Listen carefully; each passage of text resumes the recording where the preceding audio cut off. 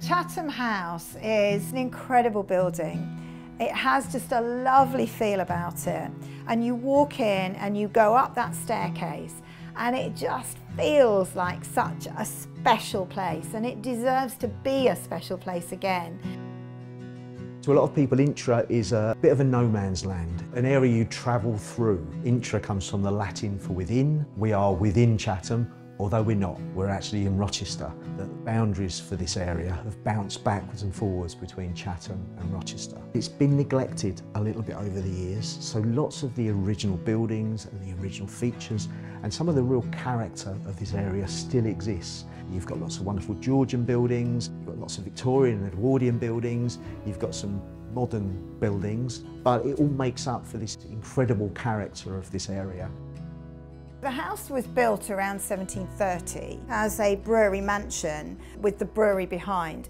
Brewing ceased in 1910. Then Featherstones moved in shortly after that.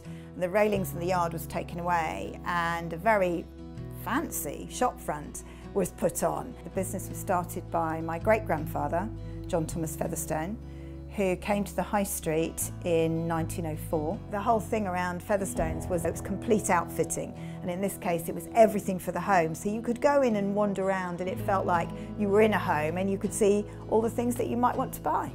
My great-great-great-grandfather was the storeman here at the Hulks Lane Brewery. The Hulks family ran the brewery up until the late 1800s, at which point it was bought by a man called Charles Arcole, which he then renamed the Lion Brewery. The original Chatham Dockyard was created in 1567. There were some incredible vessels built there, the likes of HMS Victory. The whole development of the dockyard really informed the development of Chatham Intra. A lot of industry, a lot of supportive industry, so the victualling yards were through here. There was lots of private shipyard. The area was full of pubs, theatres, lots of music hall. Because it was the cheap end of town, it became a sort of a haven for people that perhaps didn't fit in the main towns of Rochester and Chatham. The LGBT community set up here. The Jewish community came here. The synagogue is just a wonderful, wonderful building. My family have been here at this synagogue for over 120 years. My great-grandfather arrived here from Poland back in the 1890s. Intra has changed a lot over my lifetime. For many years it was quite depressed and had become quite dilapidated, which was really sad. I'm really pleased that the work has been going in over the last few years to regenerate the whole area. It's a very diverse area with some great heritage buildings, but also some lovely shops and restaurants, many nationalities, and everybody gets on really well. There's a very strong LGBTQIA+ community here, and we've done projects with them, particularly over Holocaust Memorial Day.